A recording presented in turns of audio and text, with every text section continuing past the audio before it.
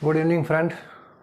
दोस्तों आज हम इलास्टिसिटी ऑफ डिमांड के कॉन्सेप्ट में थोड़ा आगे और बढ़ेंगे। हमने 3 तरह की इलास्टिसिटी थी, प्राइस इलास्टिसिटी, इनकम इलास्टिसिटी और क्रॉस इलास्टिसिटी।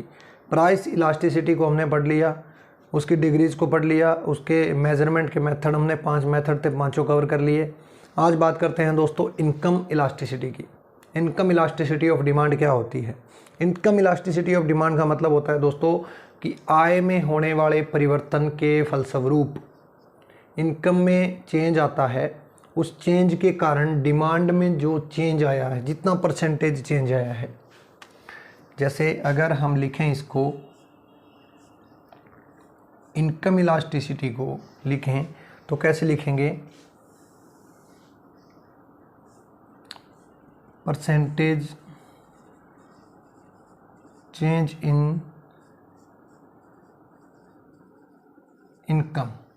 इनकम में पर चेंज आने से percentage change in quantity demanded. ठीक है, percentage change in income of the consumer.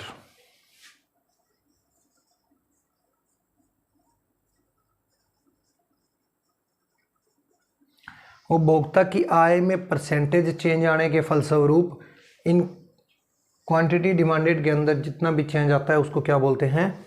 Income elasticity of demand. मांग की आय लोच बोलते हैं उसको। ठीक है, यहाँ पर लिख देता हूँ मैं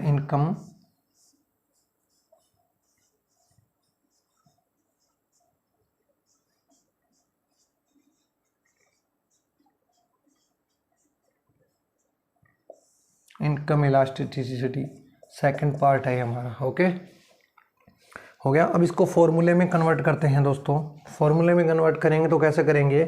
ऊपर लिखेंगे Q1 minus Q upon Q, ठीक है, इंटू 100 अपॉन क्या आएगा दोस्तों? Y1 minus Y upon Y into 100। ठीक है, ये क्या होता है दोस्तों? Income elasticity. ठीक है, अब इसको लिखते हैं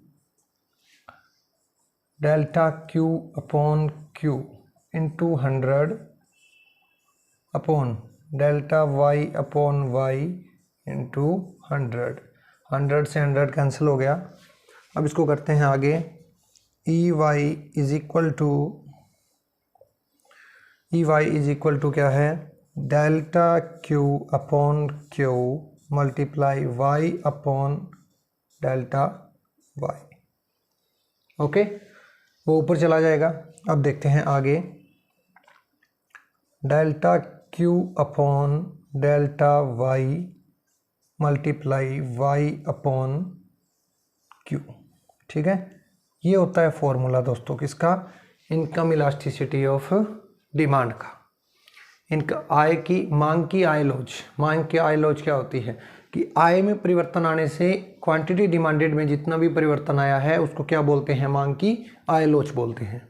अब आगे है दोस्तों degrees of income elasticity of demand.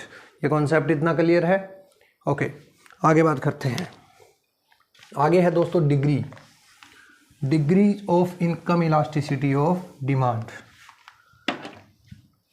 Degree के अंदर सबसे पहले है दोस्तों positive income elasticity of demand. सबसे पहला क्या है?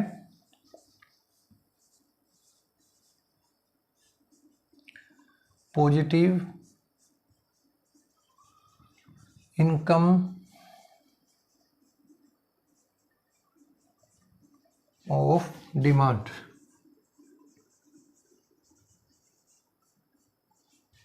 Positive income elasticity of demand ये क्या होती है दोस्तों? इसको एक डायग्राम से समझते हैं। यानी कि जब भी उपभोक्ता की आय बढ़ती है तो उसी के अनुसार जो है इनकम भी बढ़ जाती है। जितना इनकम बढ़ती है उतनी ही जितना इनकम बढ़ती है उतनी ही डिमांड भी बढ़ जाती है। ठीक है, चलिए इसको देखते हैं डायग्राम से।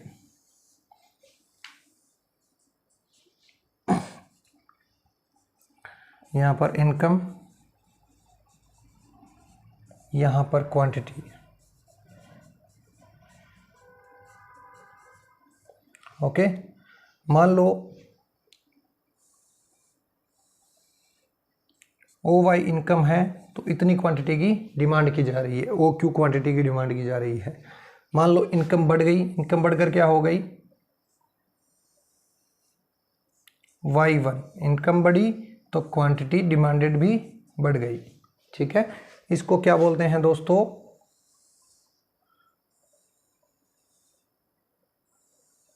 ठीक है, इसको क्या बोलते हैं दोस्तों, इनकम इलास्टिसिटी,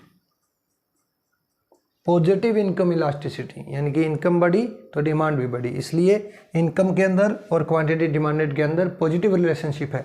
इसलिए डिमांड कर्व कैसे बनता है, अपवर्ड स्लोप का बनता है, लेफ्ट टू राइट, ऊपर की तरफ। ओके, इसके बाद में बात करते हैं दोस्तों negative income elasticity of demand.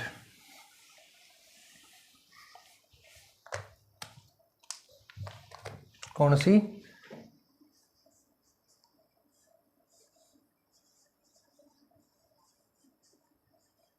Negative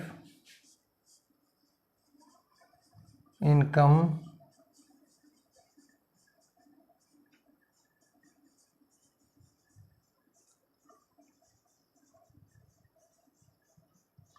negative income elasticity of demand. ये कौन सी गुड्स के संदर्भ में होती है दोस्तों। जो पॉजिटिव इनकम इलास्टिसिटी होती है वो नॉर्मल गुड्स के लिए होती है। जैसे ही एक उपभोक्ता की इनकम बढ़ती है तो वो सामान्य वस्तुओं की मांग बढ़ा देता है। ठीक है, जैसे ही एक उपभोक्ता की आय बढ़ती है तो वो इन्फीरियर घटिया क्वालिटी की जो वस्तुएं होती है उनकी डिमांड को घटा देता है। यहाँ पर क्या होता है, यहाँ पर जो डिमांड कर्व बनेगा वो कैसा बनेगा, यहाँ पर बनेगा लाओ डिमांड की तरफ नेगेटिव डिमांड कर्व, इस तरीके का। देखिए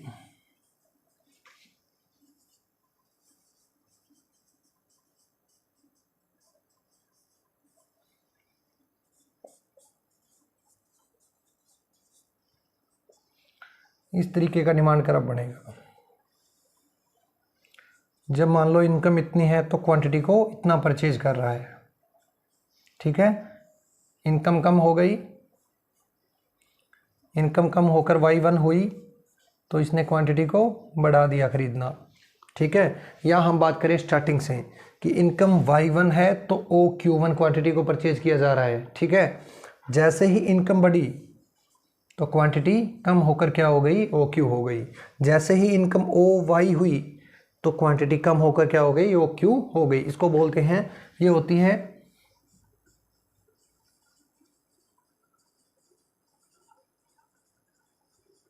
इन्फीरियर गुड्स के संबंध में। ठीक है ना, घटिया वस्तुओं के संबंध में। और वो पहले वाली जो थी पॉजिटिव थी वो कब थी, नॉर्मल गुड्स के संदर्भ में। ठीक है, तो ये दो तरह की इनकम इलास्टिसिटी होती है। फिर इसके बाद में होती है zero income elasticity of demand. कौन सी होती है, zero income elasticity of demand. उसका क्या मतलब है दोस्तों, उसका मतलब होता है कि इनकम बढ़े चाहे घटे, क्वांटिटी डिमांडेड हमेशा सेम रहेगी। जैसे नेसेसिटी गुड्स जो नेसेसिटी की गुड्स होती है, जैसे नमक हो गया, आटा हो गया, इस तरह की, पानी हो गया, इस तरह की जो चीज़ें हैं ना वो, यानी कि जीरो।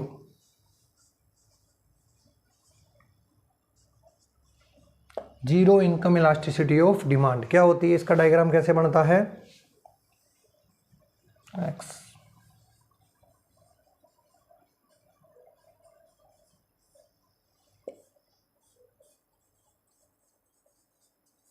इनकम ओ, इस तरीके से बनता है दोस्तों। ठीक है ना, चाहे इनकम जो मर्जी होती रहे, Y1 Y2, चाहे इनकम बढ़े चाहे इनकम घटे।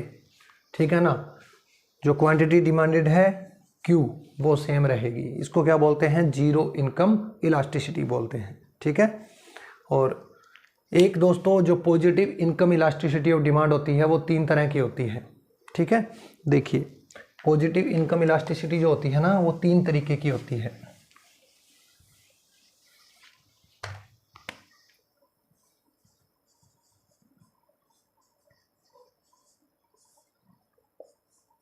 पॉजिटिव इनकम इलास्टिसिटी होती है। एक तो होती है